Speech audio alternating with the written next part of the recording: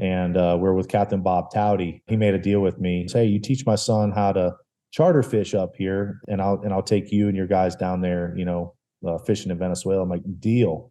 So we had double grand slams every day. Blues, whites, and sales every day. We went and we fished 4 days out of the 8. It was like fish a day off, fish a day off. And it was awesome. And how did it start out? Like, what was the origin story? Too much alcohol. Really? Okay. Says if God wanted us to have fiberglass boats, he would have given us fiberglass trees. It's for fishermen. It's not for taking the wife and the wife's friends. I think that it's a really, really pretty bit. And then there was a blur that went by and ended up in the cockpit, as far as if I can remember correctly.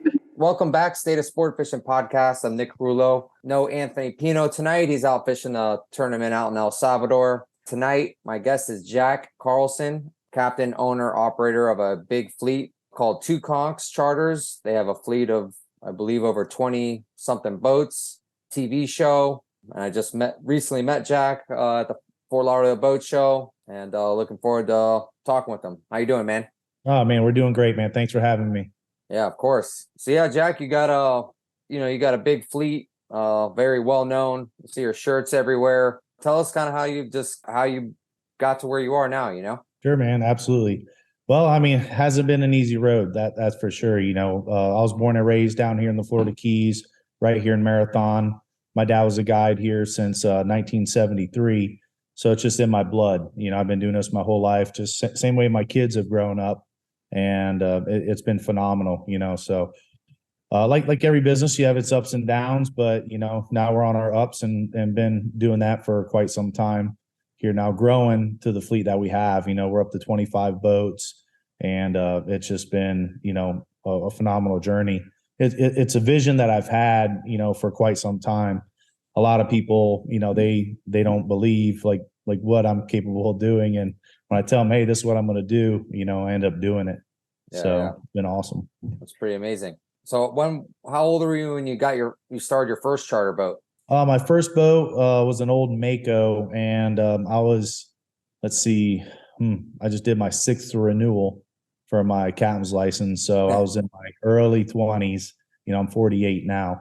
So I've been doing this a long time on my own. I started out with 2 boats. I started out with a flats boat, and then that old 23-foot Mako, and when the phone rang, the question was always yes. Do you flats fish? Yes. Do you offshore fish? Yes. I was I never want to turn did it all. Yep. So and then just kind of I think I just grew up at the right time when everything was happening. So before when the internet came out, I bought some ads on the internet, and that got me going.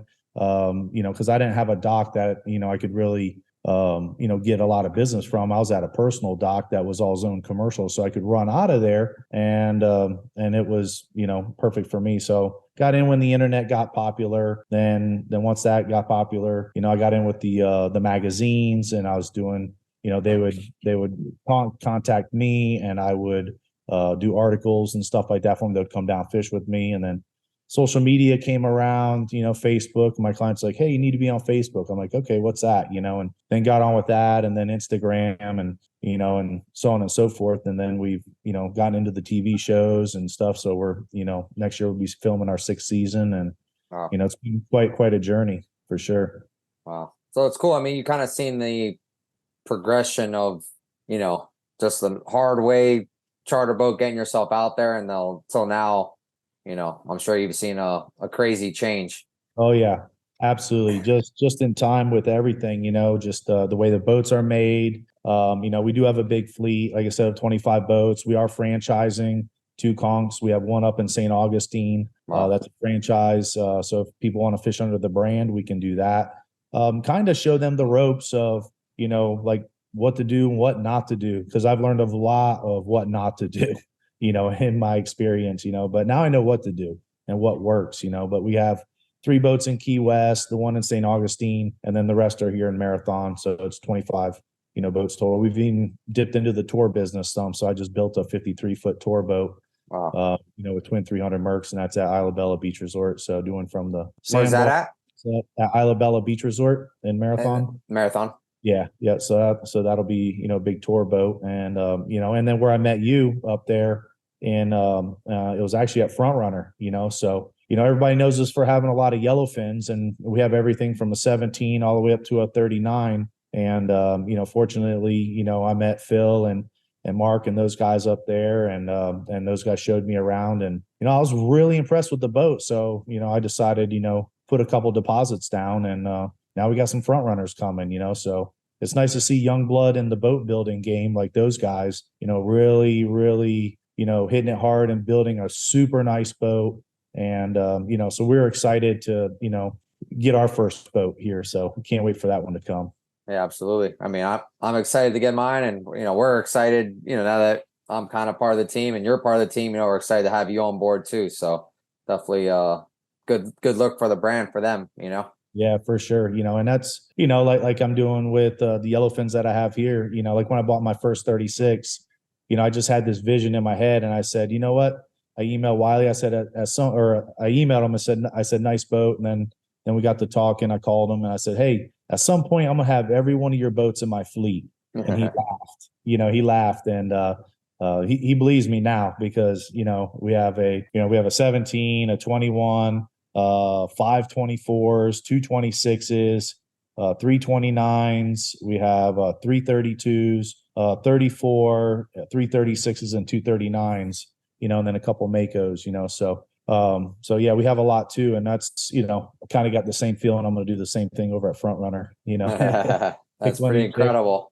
Yeah, that's an amazing fleet. I mean, I don't know too many operations out there that have a fleet like that. Nah, we're pushing 5,000 charters a year, and I won't tally up this year until then. But last year was just under 5,000. Wow. This year, we'll be over 5,000.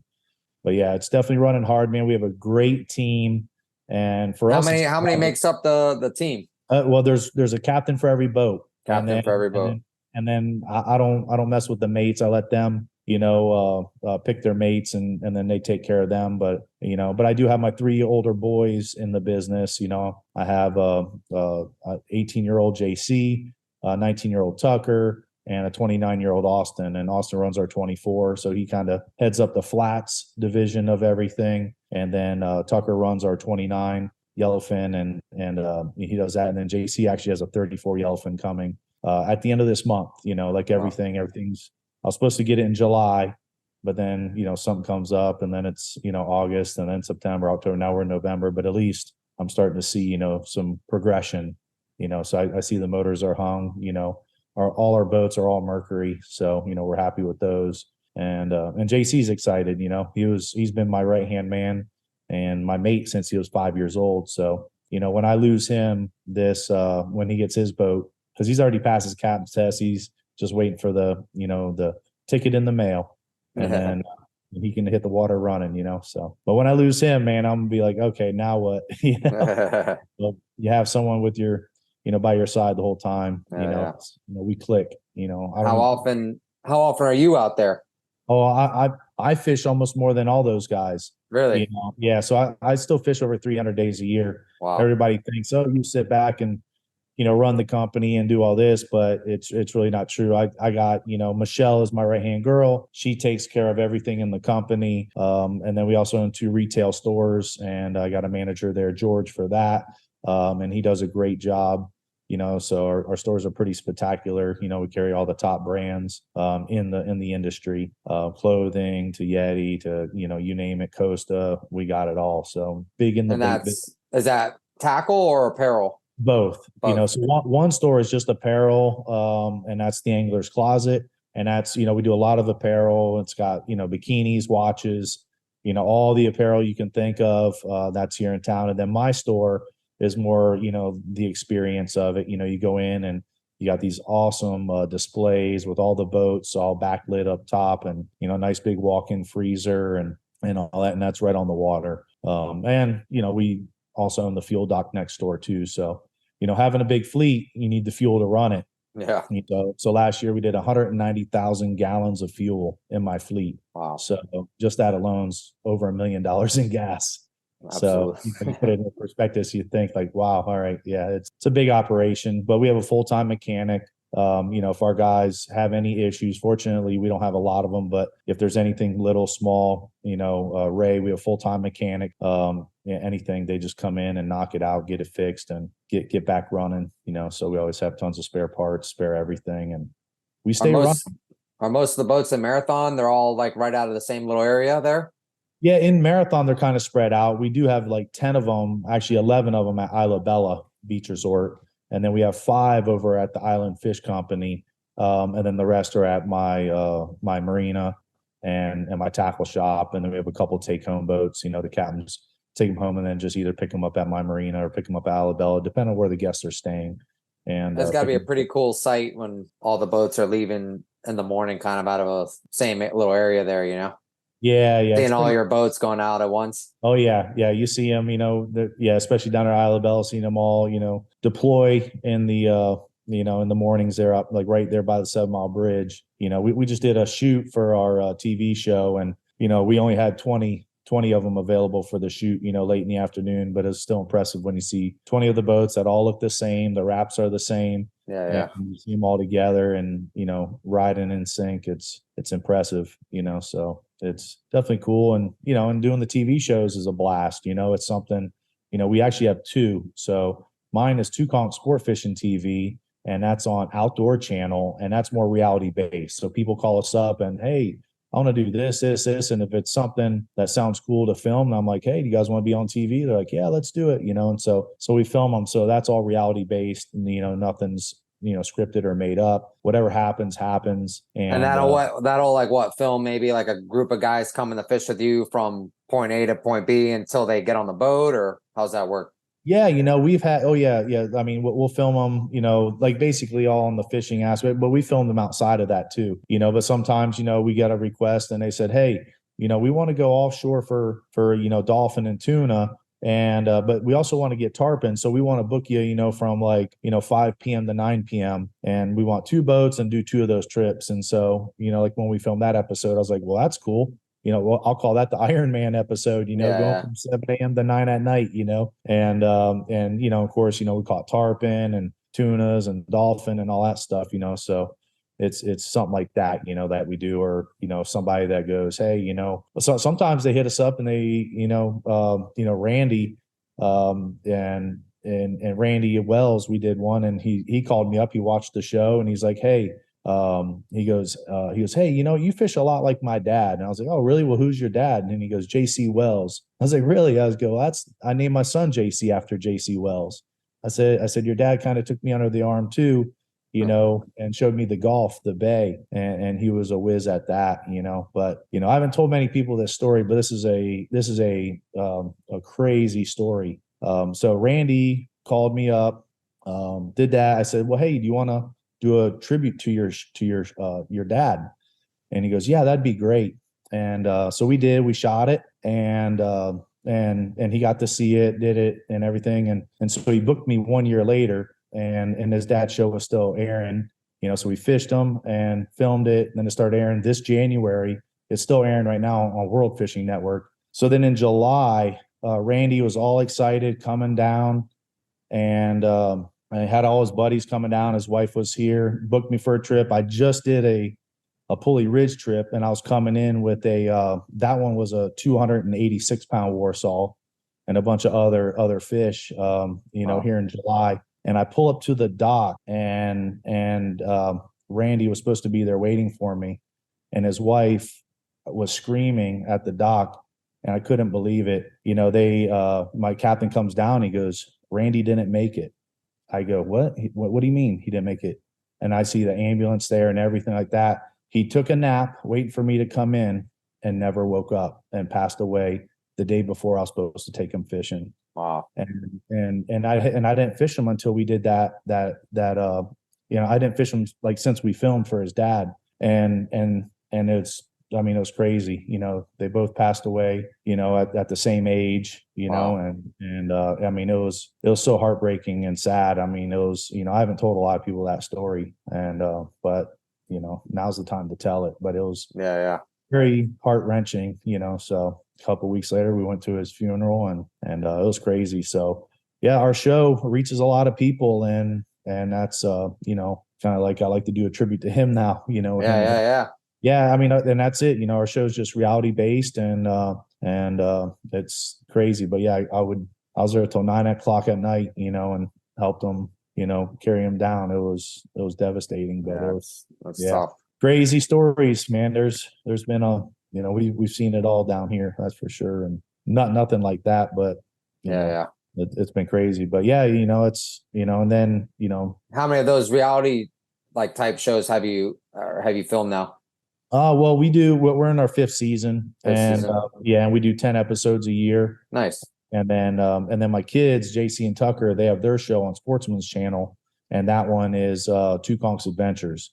And that one's more about the boys, going out there. They're young, they're still learning. So you see some mistakes, and, the boys, they're only 15 months apart. So you got that brotherly banter that are just back and forth at each other. And they catch the fish and high five and have a good time. And then it kind of also gives me an excuse to go book something like in Costa Rica and go, hey boys, like, why don't you go film down there? And then I'll tag along, and get to go travel with my boys. It gives me a good excuse to go do that. And sometimes I would bring some of the captains and, give me an excuse to travel. So no, it's pretty awesome. You get to kind of share what you guys love all together, a little family operation. Yeah. Having the boys in there, and then the whole rest of the team, Captain Mike and Cam and Manny, the whole crew, Dylan. And I mean, it's a really, really tight knit group, everybody hangs together. Like this week we got, the boat races are down in Key West, and I sponsored that. My boat's the medic boat, so we'll take them out, and then we get all the passes, and I give it to the guys, and they have concerts and all that stuff for everybody. And,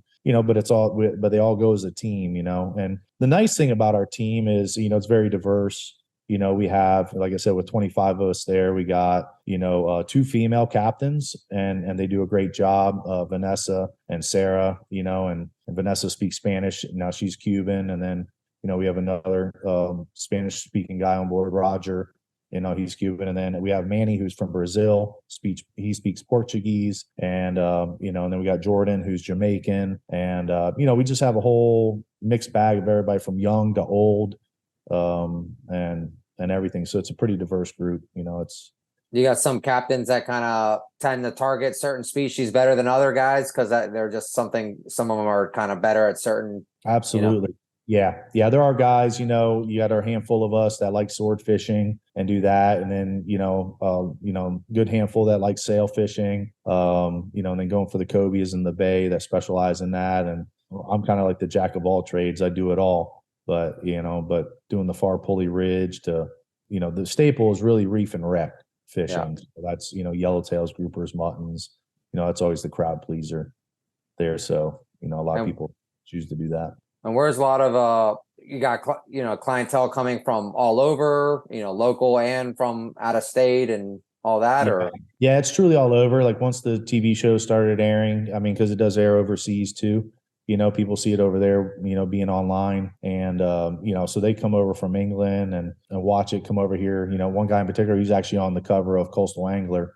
He wanted to catch a tarpon and went out, hooked up like 12 in one day with my son Austin, and got a real nice one to the boat, got a good picture. But he watched us over there and then came over here, and he really wanted it. And he ended up booking he signed up for like 6 trips first, but then he, fell in love and, with the fishing and my crew. And he ended up booking 6 more charters. So, he had a blast, catching big muttons and groupers with my son Tucker and then my other son Austin, like I said, putting them on the tarpon. But yeah, it's sure you get a ton of repeat, right?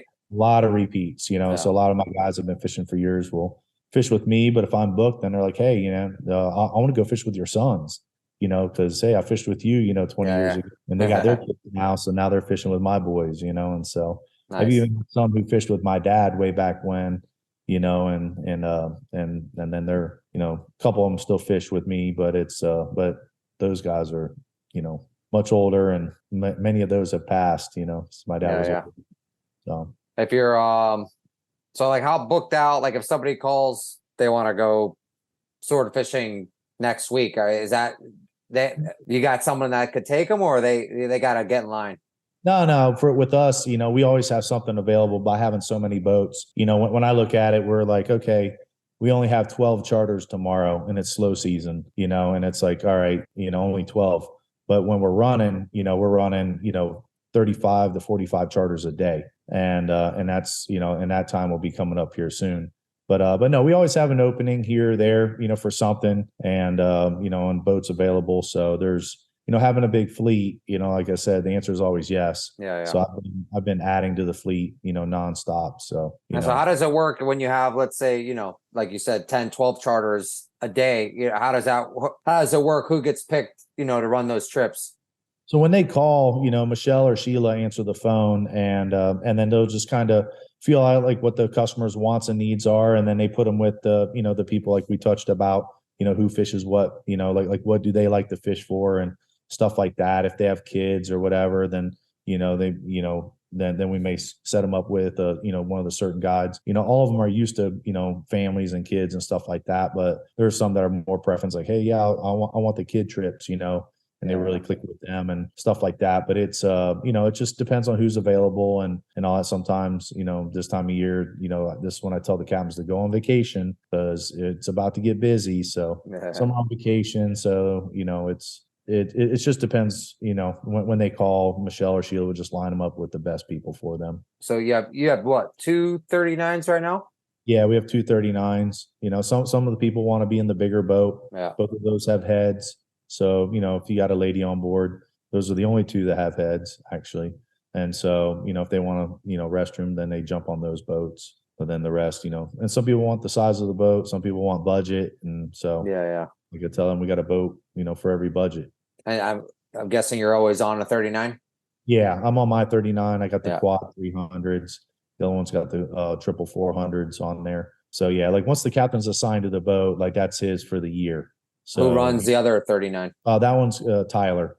Tyler runs that one. Right now he was on vacation, so Mako's filling in for him right now. But Tyler's on vacation up in North Carolina. His daughter's birthday, so he went up there to go see her and spend some birthday time with her. What's up, guys? This is Leo from Billfish Gear. I wanted to jump in here real quick to let you guys know that we're running a Black Friday sale. So if you find any enjoyment in the podcast, it would really be cool if you guys could do us a solid and head over to billfishgear.com, grab yourselves a pair of new hooded long sleeves. We do the podcast for free. We don't run any advertisements. So if you find any value at all from the podcast, we would really appreciate it if you can go to our websites, billfishgear.com and hookoptics.com, and grab yourselves a cool Christmas gift. Thank you. So, you guys got enough boats. You got to have a little in-house tournaments and stuff. You guys ever do that or get? We do. And we actually film it, so we have a group, called Mountains Meet the Keys. The guys from West Virginia come down, they put together, they book all the boats and they have their in-house tournament, and we got a point system. So for all the fish, and nice. They come back and then they have like a little award ceremony and stuff like that. They do that every year. So it's always a blast. So yeah, we can definitely do a lot of those, and corporate groups, so if they want to come down and do something like that, have some fun, we can do it. That's pretty awesome. Oh yeah. Yeah, no, like having this many boats, it is a blessing because, we can also help out the community a lot. We do probably 20 plus Make-A-Wish trips a year like that we donate. That's awesome. We do a lot for the Jose Wahabi Foundation as well. So we donate, another probably 15 or 20 trips a year for them, so helps them out. So when you got that many boats, it's, it doesn't hurt like if you gotta, donate a couple here or there for those needs. So nice. Did you know Jose? No, I never really got to meet him. It was I just knew of him down here and stuff like that. But be honest with you, I was always fishing, and I was fishing a lot, every day, 300 plus days a year. And I don't get on land much. I don't stay on land much. Sun comes up, I'm out on the water. So I never really got to get down there and meet him. Yeah. But Chrissy Wahabi, we do a lot with her now. So help out when we can. Backtrack a little bit, but when you were growing up, who maybe did I know your dad fished a lot. Was there anybody else, maybe besides your dad that kind of maybe, was like a mentor or that you were like just learned a lot from? Yeah, that was JC Wells. He was like considered king of the bay. As I was a little kid at Faro Blanco, he would come in and I'd see all them cobia come up in the dock. And my dad was very good, like on the reef wreck and offshore. But then them cobias kind of intrigued me. Yeah. And so, I was the little kid running around there like, oh, here comes JC again. Man, look at all them cobia, and so, I was young and scraped together some money. I'm like, got a few friends and I was like, well, let's book them and go. Like, let's go catch some cobias, Yeah. and then I got to know him pretty well and I've made it for him some, just helping him out when he needed some help. And then, then I was running around out there and, I gathered up some numbers and then, he saw my catches and then we said, oh, hey, you're here. And then I started giving numbers and then he'd give me some numbers and, and he I remember him saying, Jack, I'm going to help you out. I'm gonna give you some numbers because, these old guys that are around here, they've already been doing it 20 years. They've already got their clientele. They're good to go. So, he really helped me out and, with that aspect of things and taught me the tides and really showed me the ropes on that. And so then I got that dialed in pretty good on the cobias and all that stuff. And, but yeah, it was good. And then when he got sick, then, there was another guy who owned a bait and tackle shop in town. So I helped facilitate the sale of that business, his charter boat to him. And then Jeff bought it and, and took off with it. And then he sold it since then. But yeah, no, it was he helped me out and I was glad I could help him out at the end, Nice. So. Was your dad friends with him? Oh yeah. My dad knew everybody down here, fortunately, my dad, he worked hard when he was young, retired when he was 36. He had 7 appliance stores up in Detroit and sold everything out and when he was young and then just retired. And Nice.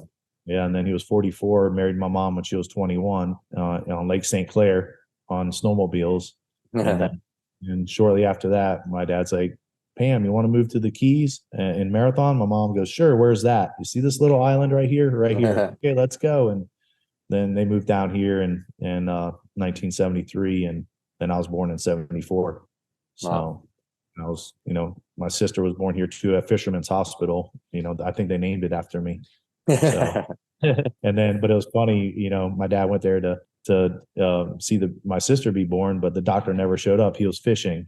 So, and back then, it's like no cell phones, no beepers and, and my dad had to deliver my sister. So, Yeah. growing up on a little island, you never know what to expect, Yeah. Yeah, but I love growing up here, as a kid. I remember having a little Boston whaler with my buddy Dylan, and we would load it up with 8 lobster traps. So I had my own lobster trap business when I was 12 years old, and we would go out there to a marker and start setting them out, and then come back in and get 8 more, and just keep going them out, and taking them. Then we'd dive up the lobsters on the weekends and in our traps, like kind of rob our own traps. Even there are, so we just take our traps. Out and then go dive holes and ledges. And back then we're making $400 a weekend being 12 years old. Yeah. And we were allowed to, harvest Goliath grouper back then too. So, our biggest one that I shot back then was 180 pounds. Nice. And I brought him in and take him to the market and, they're just shaking their head, seeing 2 little kids coming in this little whaler with a 180 pound grouper on there. So it was funny. Old national fisheries. Were you able to get a tag this year for those things? I put in for it. I don't know if they chose them yet, but I put in for it. So we'll see. I kind of mainly did it. If I did get it, then I like to film it. Yeah. But I do a lot. I'm one of the rare few that have a permit that allows me to bring them on board. I do a lot of DNA research for the FWC research team, and we do a lot of fin clippings. And I've been doing that for many years to see if they actually are the same DNA from the other ones I've caught in the past. Wow. And stuff. So what do you think about the slot size? Because the slot size seems I've read people seem that the slot size is kind of messed up because it's the smaller fish when people think it should be the bigger fish. It should be, personally, I think it should be the bigger fish. A couple of reasons, like once the Goliath groupers, I feel, reach a certain size, well, they stop reproducing. And at that point, now they just become an apex predator. And they're eating everything. And I've seen the change out there, big time. And I've seen it to where, we'd go on those bay spots and we would catch, 20, 30 grouper in a day. Most of them were short, like just barely, under. And, you may get 1 or 2 or 3 keepers and then the rest you're letting go. But as those Goliath groupers got more prevalent, then, you saw those catches go down. Now, if I catch one, I'm like, wow, I haven't seen one of these in a while, so it's definitely, those, but the same spots are covered with Goliaths, and, they're territorial. They're both feeding off the same fish. So, what is the Goliath going to do? He's going to take out the competition. He's going to eat them. So not only is it a meal, he's taking out the competition that's eating the other fish around him. So, makes his job harder. Wow. And of course, all the ones that you catch, they got stone crabs in them, lobsters in them. They got everything, So, they come up. And I know some of the researchers like, oh, it only has like little bait fish, maybe a barracuda or two. And I'm like, no, like not where I'm going, Yeah. The lobsters, I mean, they're just sticking all out of their stomach from their mouths. But How do they taste? I mean, they taste, like grouper. I know back in the day, we had a lot of them, and it was a staple down here in the restaurants. I mean, that's what you got was grouper, and it was those Goliaths. And when we were kids, we would harvest them quite a bit. So, but I understand, people see the pictures, and I was good friends with George Rocket. Those guys would do a lot of spearfish, and Kathy Rocket was my babysitter, so, those guys, have done, a lot of spearfish and everything like that. And they got those pictures of all those Goliath groupers on there. So when people see that, they're like, oh man, they're over harvested, but it was, they've definitely come back heavy now. So, Yeah. So I don't understand if they say like no spearfishing, but let's open it up to, I would say, kind of give the captains a little bit of an edge, and because we have something to lose, and say, hey, allow us, like give us a permit, to catch, say 20 a year, and then let us decide on who we're going to take, and, somebody who benefits the community, somebody who's, renting us, booking us for 5 days, staying for 7 days, either at a VRBO or a hotel, putting money back in the community, then go, okay, well, hey, I got this tag, so I think guides should have their own tag system too. So everybody gets, something that they, and they already limit to where you can get them, they're limiting them on the ocean wrecks and stuff like that, and go get them in the bay, which I understand, because the dive community still needs to go out there and see, the same Goliaths that are on the wrecks, and you don't want people targeting those. So, because that's, you got to respect the dive community as well, because, they're out there earning a living just like us. I was going to ask you, like, I mean, you've been doing it for a long time, how's just grouper fishing, snapper fishing in general, have you seen, like, just over the years? You seen a big decline? Now for, I remember in the days, like when they didn't really have a season on black groupers, we'd catch them pretty regularly. I mean, I'd say a lot more then than now. A lot of times I think whenever you put like I'd say like a born on date on something, a target date to go get them, so they haven't been harvested, and then, okay, May 1st comes around. Next thing you know, you put a bounty on their head, the spear fishermen and the fishermen, they all go, hog wild on them. And, you see a big, major decline on that, as opposed to just kind of taking them slowly here and there. And you're not like really focused on, okay, it's grouper now, So, instead of going, hey, let's go dolphin fishing May 1st, no, like let's go grouper fishing these first, 2-3 weeks, and then hammering them up hard, so I think they get hit hard by doing it that way, as opposed to just leaving them open all season. And then snappers, it was nice to see the limit, come down on some mutton snappers, from 10 to 5, which is still a lot of fish. You got 5 people on board and catch 5 muttons, it's a lot of mutton snappers right there. If they brought that down a little bit more, it wouldn't hurt my feelings. And but the aggregate of 10 snappers is still good. Catch 5 mangrove snapper, 5 yellowtail, then you got your 5, 5 each species, but 10 aggregate, so you're good there. So that's good. So the snapper fishing's been very good. Mutton's a staple fisheries down here. They do need to open up the red snapper though. I was up in our boat in St. Augustine, and oh my God, like everybody else says the same thing, but that's definitely a crazy fishery up there. That's definitely huge. Do you get them down like Oceanside in the Keys at all? We do. We get them on the oceans, on the deep wrecks, and we get them out in the far Gulf and in the bay, or in the far Gulf. But I know the Gulf, but I was wondering. Yeah, the Pulley Ridge, but that whole area down there. And what's the regulations for like Pulley Ridge area for them? Well, I mean, when it's in the Gulf, they're open. I mean, our regulations, here in the Atlantic, like right out front, they're only open, like 3 days a year. Yeah. You know, it's like a Friday, Saturday, Sunday in July, you know, and it's like, why even bother, you know? Yeah. Why even bother? It's crazy. But then once you do get out there to Pulley Ridge, you know, we'll be fishing those spots, and, you know, you catch those red snapper on the same spots that you're, you know, getting Warsaws and snowies and yellow edges and all that stuff. So it's nice to see one of those come up, like, all right, good, it's season, and then you can keep them. So it's Is that good. becoming more popular, the Pulley Ridge stuff? It is. I mean, that was one of the reasons why I got the 39 with the quads, that, you know, holds the fuel that I can make the run. And that's been a really cool trip. We did 5 trips this year, and we come back with a Warsaw every time. So the smallest one was 102 pounds and the biggest one was 286. Wow. So, and when I say the smallest one was 102, all the other 4 were all over 200 pounds.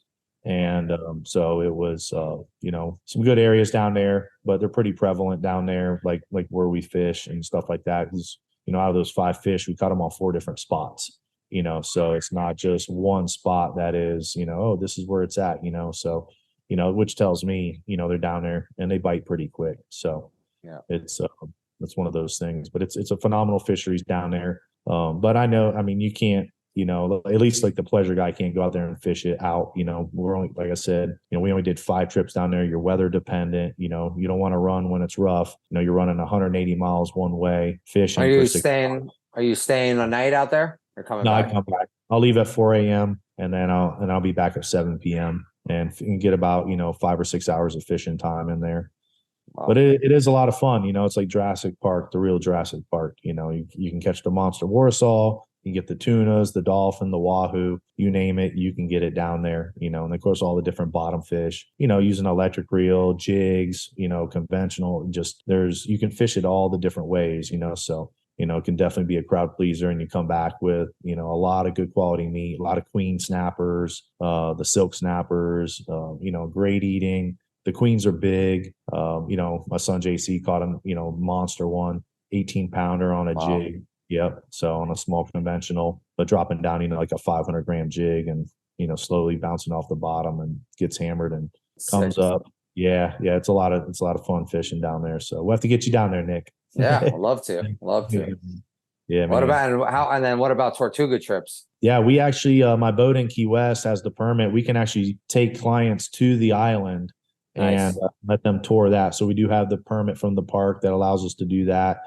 Captain Chris, you know, he loves the Tortugas runs. A lot of mutton snappers down there, a lot of you know, groupers, and it's definitely a fun place to fish. A lot of big flag yellowtails, and then I like going. You know, he goes like on the south side for all that stuff, and, you know, I like going on the north side too. You know, the north side, I got the golf permit, you know, so I can go catch, you know, wahoo out there and a lot of cobias, and we actually just filmed with the race team down there. So the powerboat race guys were there, and, you know, we loaded up on over 40 big flag yellowtails and caught, you know, permit and cobias, and caught and released, you know, some Goliath groupers. We got I mean, it was pretty cool. So it was that definitely, you know, I love fishing the Gulf, you know, a lot of good action, all big stuff. Food's crazy, eating your yellowtails. So you see a lot of good action. So absolutely. Yeah, that's, you know, that's one thing that we can offer, is just a lot of different aspects of fishing down here. Yeah. You know, for everything, my son catches a lot of bonefish, permit, tarpon. He focuses on the flats a lot. So nice. He's got the mentality for that. He's nice and slow paced, not me. I'm like, if they ain't biting, I'm gone. Like, you know. My patience is very short when it comes to fishing like that. I'm like, he can go, oh, I know they're going to be here in about 20 minutes, and he'll be waiting. Sure enough, they'll be here. And I'm like, that fish ain't biting in 2 minutes. I'm gone. So I mean, so I know, you know, you're super dialed in down there. What other areas have you fished, or do you like to fish, you know, maybe outside of the Keys? Sure. Yeah. I mean, I've fished almost all over the world, you know, the marlin you see behind me, that was, I got that in Venezuela. Nice. Back, you know, probably good old days. Yeah. 20 some years ago. I went on. How was that experience? Oh, it was great. We went down there. It was actually on my bachelor party, and we did 8 days in Venezuela, and we're with Captain Bob Towdy, and he made a deal with me. You know, it's a private boat. He goes, "Hey, you teach my son how to charter fish up here, and and I'll take you and your guys down there, fishing in Venezuela. I'm like, deal. So I showed Michael Towdy the ropes on the charter side of things, and then Bob Towdy took us down there. We had double grand slams every day. Blues, whites, and sails every day. We went and we fished 4 days out of the 8. It was like fish a day off, fish a day off. And it was awesome down there. And definitely, I mean, I fish a lot of third world countries. My wife's from Nicaragua, and she was born there and moved here when she was 5. So I fished a lot down there too. But the third world countries, it's definitely, you appreciate the USA for sure. Yeah. You're going in the city to eat dinner, and you got the, it's like gridlock in the city, like no stoplights or nothing. You got the kids with machine guns that are in the army and stop you, and they tell you, here, now feed the chicken, so you pay them to let you through, so been seen a lot of that. But yeah, the fishing was phenomenal. We fished Costa Rica, quite a few times. The rooster fish is good. We just did a fad trip. We've done a couple of them. Fished with Swagger, with Captain George, and that was on season 1 that we fished, and that was a phenomenal time. Fished the fads. We had 7 blue marlin by 10:30 in the morning. Wow. And started fishing at 7, and it was just great. And so that was awesome. And then now we just went over there with the fly boats, and we did that, and did the same thing. But it was pretty rough seas out there compared. It was rough in Costa Rica. Yeah. Wow. I mean, it was raining the whole time. This thing, and we just picked the wrong time to go, but we went, and they're like, yeah, let's go, and we ended up, everybody on board, caught a blue marlin and caught some nice tunas and stuff like that. We did a, like a 2-day, really like a 2.5 day trip, 2 nights and then 3 days of fishing. So it was a fun time, caught that. But then the winds did calm down a couple of days later, and then one of the other fly boats went out there and caught. They went like 33 for 40 on blue marlin on that same trip, So it was it's a lot of fun over there too as well. Yeah, and then I fished PEI, with Tony's tuna fishing up there. My biggest tuna is 924 pound bluefin. So that's a lot of fun. And it's pretty cool because, my mom was from Canada. So, she was born up there, met my dad in Detroit, moved down here. So it's kind of good. As a kid, I went up there a lot, but never to PEI. But going up there to see them big tunas, I was like, oh man, this is awesome fishery up here. It's a blast. You get them eating like right off the side of the boat, in those herring nets up there. And it's just, it's crazy seeing them that close. And when they hit, it, boy. Yeah. 30 starts screaming, and you're like, all right, here we go. So that's cool. Yeah, it was, we fished all over, we've done it all, but, I still fish every day. Like, my vacations consist of, okay, now where are we going to go fish next? Yeah. That's good. You're still fired up, man. I love to see that. Yeah. I still have the passion for it every day. I mean, people told me, the old time, oh man, you're going to get burned out. You're going to get burned out. I'm like, I just love it that much. And it's more the aspect I love guiding. I don't have to hold the rod. I just want to watch people have fun. I'll pull on my fish, but I want to see you guys catch it. I want to see you guys have a good time. And really having the kids, I was looking forward to my boys being to the age that they are now. And especially like when JC gets his boat here coming up, then I got my 3 boys out there running and doing stuff like that, and seeing them, kind of eventually take over the business and let them, do their thing. And I'll always still be a part of it. I'll always still be fishing. Maybe I'll hand the phone over to JC one day. Here you go. Yeah. You take it. Yeah. But yeah, no, it's having them in there definitely keeps the drive going for me too. It's the passion I have, but seeing them do it and what they're going to be accomplishing down the road. That's awesome. Yeah. No, we love it, man. Fishing's in our family. That's for sure. So my wife loves the fish. She's, very hardcore into it. And, when we had the babies, then, slowed down a little bit, she was taking care of them. But now she's getting back into where, she can jump on the boat, have a good time. So she likes it, and that helps out when you got your partner in crime who wants to be on the boat with you, so it makes it easy. Like, yeah, let's go. Makes it easier when you want to buy a bigger boat, I jumped on that 47, that 47. Yeah. Out there, and she's like, hey, this one's really nice. And I was like, oh yeah, that one's really nice too. Don't get any ideas. That's right. It'd be like, all right, my wife's a realtor. I'm like, all right, you got to sell a few more houses, and then we'll put that down payment down. So but no, it's no, we have a lot of fun with the business Two Conchs, it's a lot. Yeah, I mean, goes- I don't know what video it was, but I saw somebody fishing outside the country, and sure enough, one of the guys was wearing a Two Conchs shirt, and I was like, oh, look at that. Pretty cool. The apparel line's blown up. I mean, mail out every day and in the stores and everything like that. It's you see the brand out there everywhere. It's very, very large, hatch, face shields, it gets out there. But no, it's neat to see that too. Yeah. No, it's people great to see it. So happy about it for sure. Absolutely. That's cool. What's a good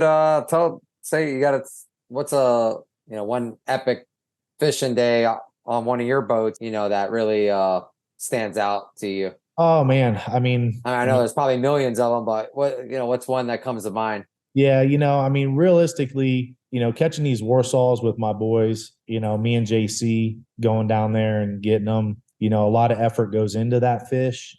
A lot of people, they just see it, but they don't know like really what goes into that, from, catching the bait here, bringing it down there, prepping it. JC has it all dialed in, and doing something like that. It's good teamwork on them big giant groupers, they already have a head start because they're close to the bottom, trying to get them off. We've had them rock me up. I've worked them out, 20 minutes. So I'd have to say, these Warsaws we've been getting has been, probably some of my favorite catches, because it's teamwork, from me and my son, JC. Nice. Those are, you pull up almost a 300-pound grouper you can put in the boat. Yeah, that's awesome. I caught a lot of big Elias, 500, 600 pounds, out in the Gulf there, that are monsters, over 10 foot long. Yeah. But these right here, you get them in, and it's impressive. For sure. But we've done it all. We like it. We've, from the swordfish, big swordfish, to those big tunas, but the Warsaw takes it.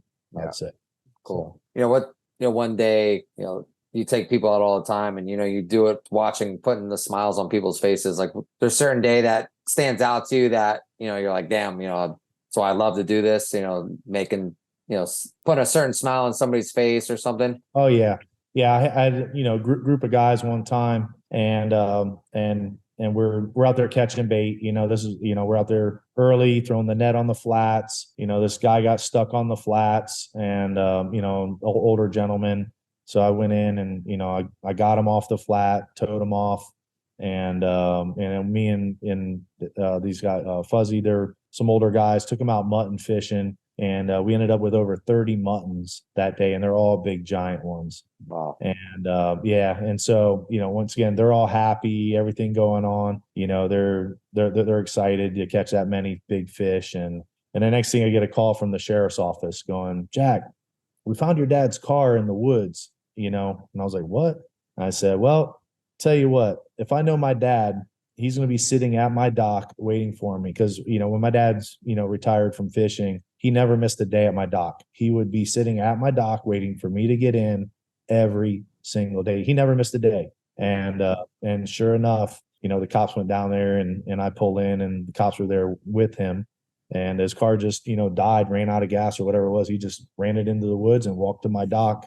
And he was waiting there for me, and so I pulled him. I was, Dad, you about gave me a heart attack. I got this great day. These guys are happy. We got 30 plus muttons in here.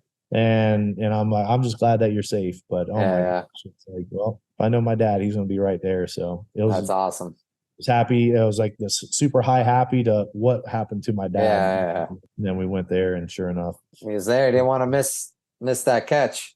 No. And back in the day, you were allowed to sell fish on charters. And so, the guys took what they wanted. And then I was like, all right, I'm gonna sell this fish. And I was like, all right, I got like, $500. I called him up. I said, hey, now let's go to Annette's Lobster House. Dinner's on me. So I took everybody there and blew the $500 quick. It was worth it.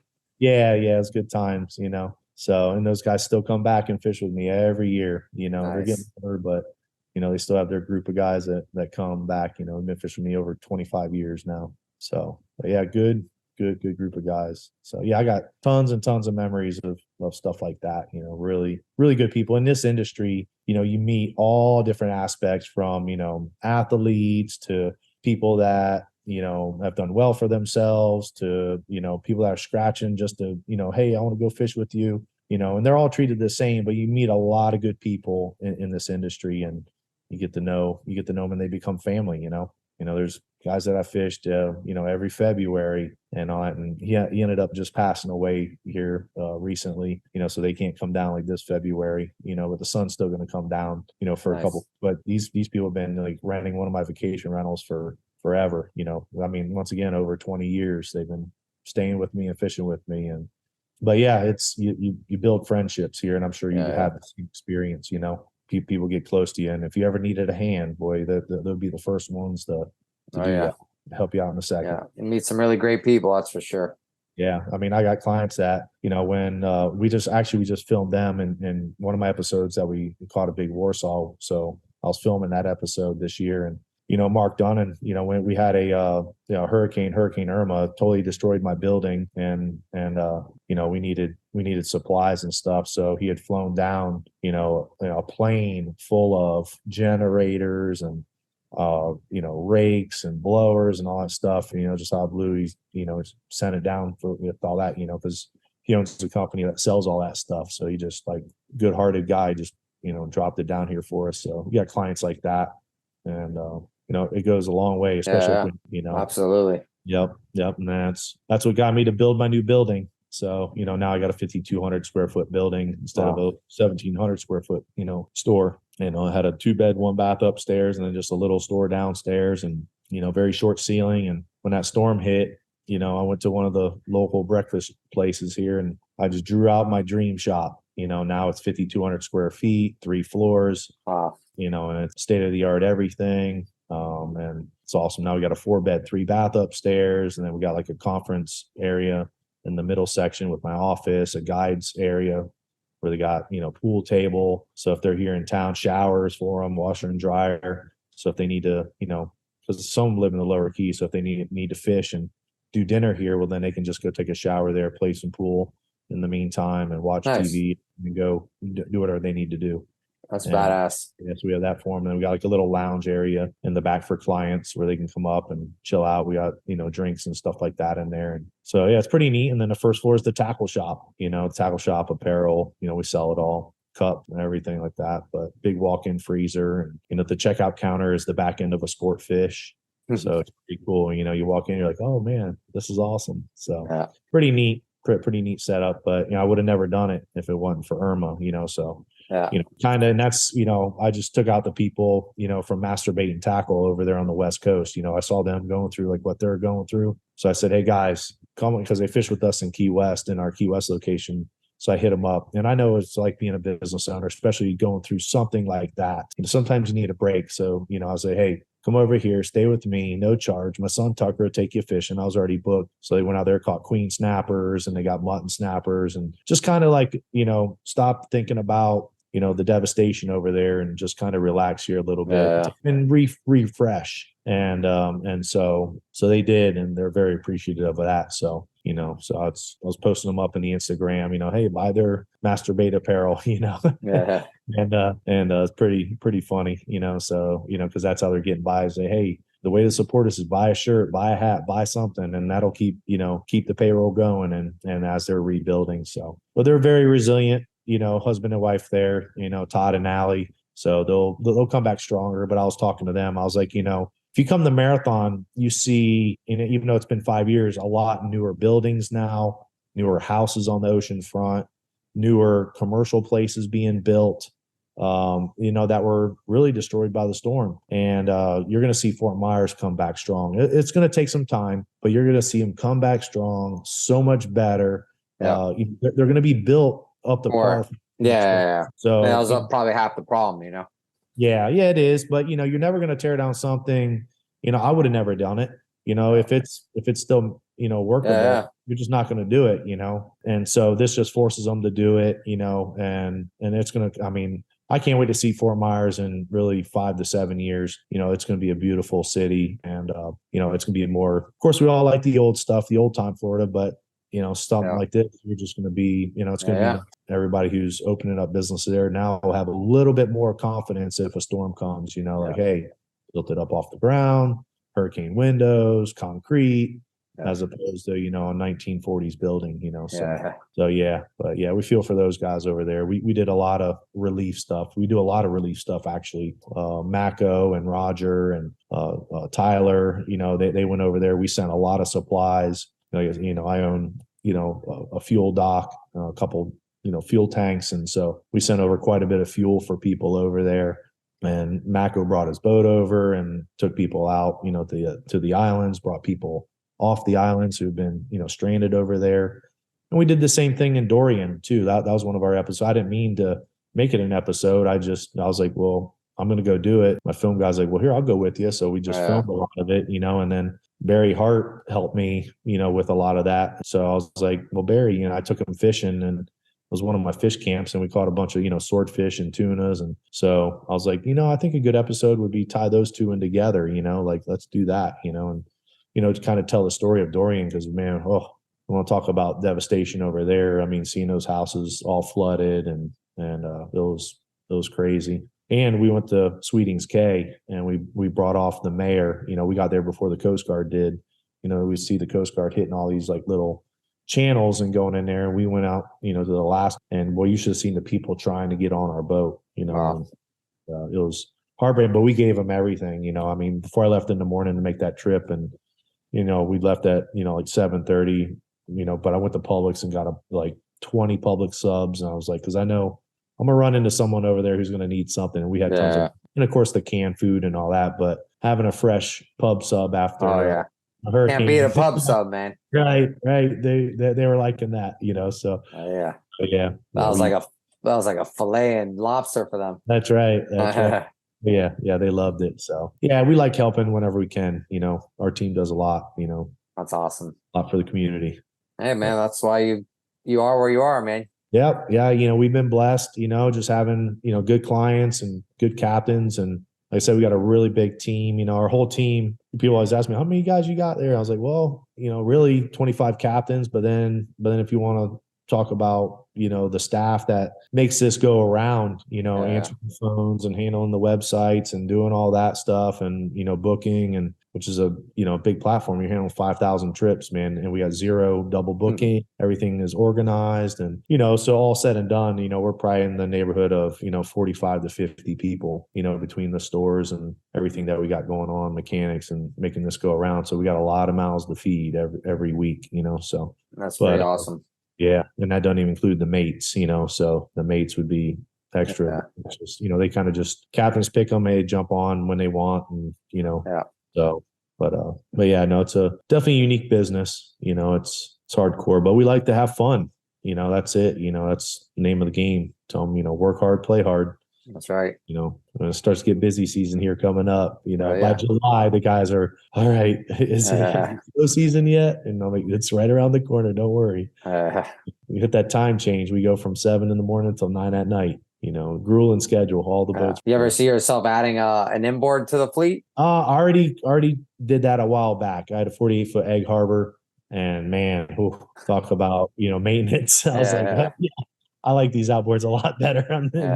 So yeah, I had that. And that was actually when I told you that story, when we caught all those muttons, Fuzzy was on that trip back in the day. And and he fell in love with it down here. So he moved down here, and that's me and him partnered up in that boat, and he was running it, and we did Tortugas runs and everything like that. And when that was when the economy went down, and in the 2008, 2009, 10 in that range. So when the economy went down, I was like, Fuzzy, it's time to sell the boat. Like, let's, it's eating us up. So we let that one go. So like quad outboards, I'm like, no problem. Let's go for it. I'm good with that. But yeah, it's definitely a bigger expense to operate from what I found. I mean, the outboard boats aren't cheap either, but it's a little more manageable. It's easier to take off one motor and needed, it's like, all right. But we've done a lot of that back in the days, switching out motors. And if you got 4 motors, you could still run your boat with 3 of them. Yeah, I've done that, a few times, like where, it's like, oh man, the starter went, something silly. And then you're like, but hey, I still got to get out here today, and then you can run on 3. Yeah. They make the 39s with 3 on there anyway. So it's all right, trim that one up and go, and at least get a day in and then come back and get fixed or whatever. So, but now, with our full-time mechanic, it's, we got parts in stock, and, you know, very, very little downtime right now. You know, people don't realize, you know, how much work goes into keeping an operation of 25 boats running nonstop Yeah. every day. You got to see our group text. That's probably a lot going on. Oh yeah. Yeah. Always, you know, we have a good time with it though. All the captains in there, and then A lot of shit talking, I'm sure. Oh yeah. Yeah. You get that. And then, but also a lot of teamwork stuff in there too. Like, hey, this, and that's what, you know, makes us successful. You know, you're like, okay, this is biting here. This isn't here. And okay, well, we're over here. So, you know, when you got 25 boats to work with, you know, it's like, you know, where the fish are biting, and we call each other in, and then you're on it. So it's really close networking, you know, so Nice. you know, it's no more days on the radio. You know, I don't even turn mine on. Yeah. You know, I'll see the text and make a phone call, and all right, how's this? How's that? You know, and it's like, all right, this is good. And that's it, man. Just good all around teamwork. Make it go around. Awesome. Good time. Awesome. Yes, sir. Well, awesome, man. You said a lot of great stuff. I think people enjoy listening to you. Awesome, man. Well, we're here in the Keys, you know, nonstop. So anybody ever wants to come down, you know, we're at mile marker 53, Two Conchs World Headquarters. So yeah, I'm sure it's like your own city now. Yeah, well, the block is. Yeah. Yeah. And we got, you know, 4 buildings. Mile marker 53 is might as well be Two Conchs. That's mile it. marker. Yeah, I got the whole block, you know. I got the dive shop in the middle of me. He's 77 years old. He don't want to sell out yet, but maybe one day. Maybe one day. But other than that, the whole block's ours. Awesome. We love it down here. Well, cool, man. We'll be excited to see you in your front runner as well. So Absolutely, man. We're excited to get in it, and definitely want to come up there and see you. Maybe we'll get a group of our guys up there, come see you, and go shoot something this year. Yeah, that'd be great. Yep. Film that. That'd be a good episode. All right. You take me and catch a Warsaw. No. I don't have one of those. That's all right. Yeah. That'd be a good thing. You know, we take you, you take us, and let's go. So Let's do it. Eyes on some sailfish and do what you do, you know. So definitely the best in the business up there doing that. So it's awesome, you know, for Front Runner to have you guys, you know, representing the brand up there. And then you're doing stuff to the boat too. I heard you know, making it, you know, customized and making it trying, yeah. You know, I think that's kind of where kind of came into play, and I'm sure you'll help them out as well, you know, with, you know, our knowledge and trying to just make the boats you know, some of them now a little geared towards more of the hardcore fishing guys, you know. I already think the boats are badass boats. I mean, the ride is exceptional, and now a little fine tuning, and I think they're going to be some machines for sure. Absolutely. And that was one of the nice things, you know, talking to Phil, is like, hey, yeah, if you got an idea, throw it at me, you know. He's super awesome. I mean, about ideas, and, you know, they're open to just about everything, you know, and not like some of these builders that already think they already have it all figured out, you know. Right. Yeah, exactly. I mean, you know, a better mousetrap's always built, you know, at some point. Yeah.